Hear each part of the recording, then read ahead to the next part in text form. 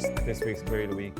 So this query this time we're looking at shareholders agreement. I suppose we work with clients in drafting and advising on shareholders agreements, and we do regularly get queries in. So that's why there's the webinar happening on this next Wednesday, the 5th of June.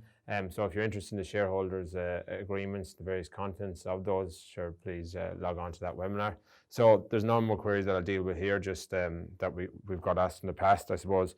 First one deals with, well, look, I've got a shareholders agreement and a constitution, and they are in conflict, so which one am I to go with? Well, generally the answer to that question is the shareholders agreement will trump a constitution. A shareholders agreement or well-done shareholders agreement will specifically state that the shareholders agree that they'll make sure that the constitution will agree, but in the circumstance where the constitution is saying something different, the shareholders agreement, that the shareholders agreement will apply in any case that come forward. So that's the answer to that question. Another regular question is that we get asked is what are the advantages of putting in place a shareholders agreement? I always say obviously shareholders agreements make sense where you have minority interest, where you have third-party investors coming in, but even where there's 50-50 relationships, the benefits of a shareholders agreement, the cost involved in putting them in will be well worth it if a dispute arises. From where we deal with disputes, obviously see it from the point of view of auditors being in the middle. It's only where disputes arise where shareholders agreements really show the real benefits that they have. Effectively, in shareholders agreement, it will deal with a circumstance where there is a disagreement. So it will deal with if there is disagreement. Well, it could say, well, in that particular case, if this agreement is the board, it might go to the shareholders. If the shareholders can't agree, they might agree, well, we will go to mediation, and this mediator will be determined through agreement of the shareholders. Or if that can't be determined by maybe, let's say, the president of the Institute Chartered Accountants selecting one in return. And it all give dates and times so that everything is set out in relation. And I could even go further. Well, if the mediation doesn't work, there's an option there for the potential shareholders to buy out the shareholder that's in disagreement, so that that buy out option is there. And the shareholders agreement would even go further, or could even go further to say, well, if it's going to be a buyout, this is how we're going to value the shares. It could be that all shareholders agree that they'll be valued based on an expert, and the value will be determined by the shareholders. If they can't agree, well, then the value will be appointed by let's say the president of the Chartered Accountants Ireland, as an example, and his ruling will be, the expert's ruling will be filing. So they've all agreed at the outset. Or likewise, they put in the shareholders agreement, well, this is how we're going to value. It's going to be 3 times EBITDA, whatever that is. So I suppose it gives structure. The shareholders agreement is effectively it's effectively the rules of the company and how it's going to be managed. So that's why it gives such benefits in that everything is laid out from the inception. It is effectively kind of hidden constitution. So sometimes you get asked, well, can we not just put it in the constitution? There's a lot of things that in shareholder agreements might be more private. You wouldn't want them in the public domain in the constitution. So therefore, you prefer to have them in a constitution, which effectively works a bit like a hidden constitution. It gives the rules.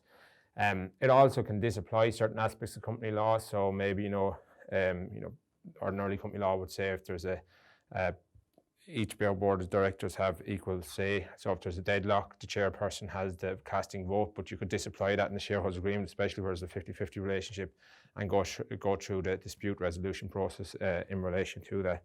So that's kind of some of the examples of the benefits of shareholders agreements and why you might have a shareholders agreement on top of in addition to the constitution, because it might deal with salary, how salaries are going to be determined, how many holidays. It can go into that detail. Shareholders agreement can generally be as detailed as you want or as less detailed as you want, just to deal with one situation, that is if a dispute arises. So as I say, shareholders agreement, I always recommend them for not just for external investors coming in, but where there is 50-50 relationships or maybe majority shareholdings.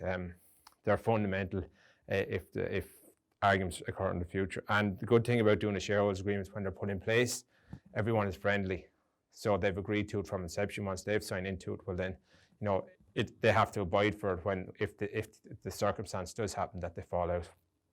Another question that we get asked in relation to it, when would you put in tag-along and drag-along rights into a shareholders agreements? So first of all, to explain what is a drag-along right, effectively that's there to protect the majority shareholder. So effectively, if somebody comes and tries to purchase 100% of the company, and the majority shareholder accepts, that clause will allow him to say, look, minority shareholders, you have to come with me. I'll get you the same price on the same terms as what I have, but you will have to sell if I say we sell. So it's effectively making sure that, if the majority shareholders want to sell 100%, the minority will be dragged along with them. The tag along shareholders, they're to protect the minority shareholder. In that particular case, obviously they're saying, well, if I'm a minority shareholder, if you as a majority shareholder tries to sell this shareholding, you'll have to tag us along with you and make sure we get the same price, on our shares as you're getting. So it protects the minority interest.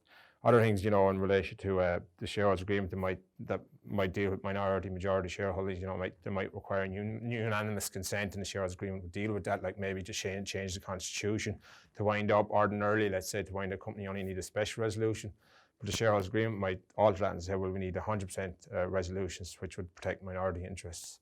So you can see there is a significant amount involved in shareholders agreements. There's as I say, a shareholders agreement can be as detailed as you want, or can only deal with one particular instance. The key thing with shareholders agreements is that all parties all shareholders of the agreement are signing into it. And usually, in that particular case, the shareholders agreement will dictate, well, if there's anyone that's trying to transfer shares, there'll be rules in relation to that in the shareholders agreement. But if there is a transfer of shares or allotment of shares, that the new shareholders are coming in will have to sign up. They'll have to do a deed of adherence, signing into the shareholders agreement, and they're saying, yeah, we're becoming a shareholder and we're agreeing to the terms of this shareholders agreement in relation to it. So thanks again for listening to this Query of the Week.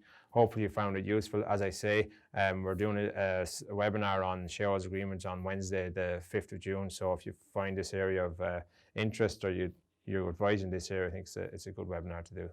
Thanks again.